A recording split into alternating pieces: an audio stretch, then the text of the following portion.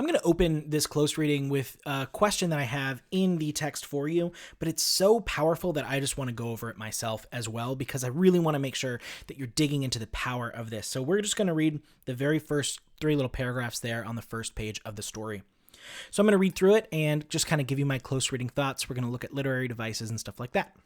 So, an ice storm following 7 days of snow. The vast fields and drifts of snow returning to sheets of glazed ice that shine and shimmer blue in the moonlight, as if the color is being fabricated, not by the bending and absorption of light, but by some chemical reaction within the glossy ice, as if the source of all blueness lies somewhere up here in the north, the core of it beneath one of those frozen fields, as if blue is a thing that emerges in some parts of the world from the soil itself after the sun goes down.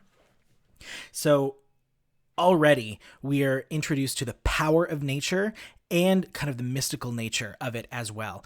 A lot of work being done by those little bits of alliteration that we see. So in the bottom of that first one, sorry, I just lost it. Frozen fields right there in the one of the last couple lines of that first paragraph. And oh gosh, where is it?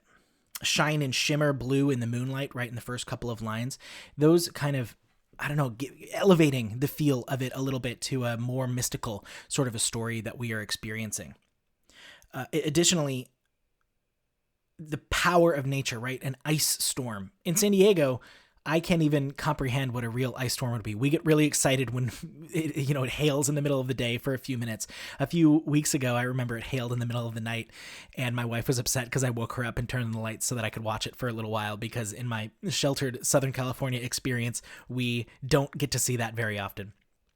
But the actual power of a real ice storm covering entire fields in snow and ice is oddly terrifying to me.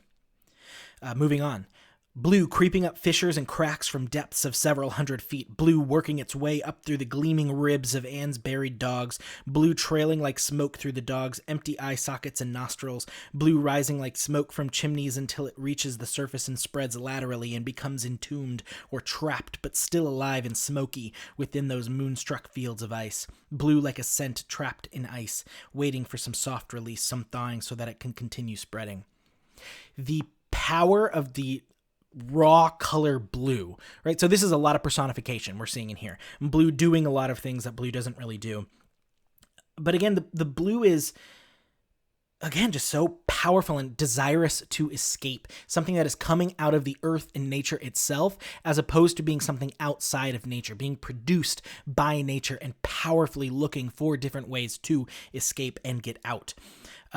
The inclusion of those dead dogs there, beyond just making us sad, because dead dogs are always the saddest thing in all of literature, but it also reminds us of death and how this color, this power of nature, doesn't mind, doesn't care, doesn't stop for death or symbols of death like bones and dog bones being obviously very similar to human bones, right? We die. There are probably people under the ice that have died. In fact, we find them every now and again, and they, from thousands of years ago.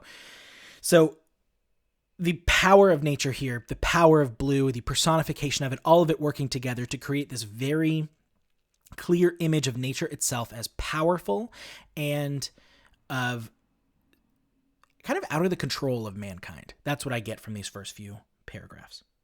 Okay, hopefully that was a helpful little close reading for you there, and I'll see you in part 2.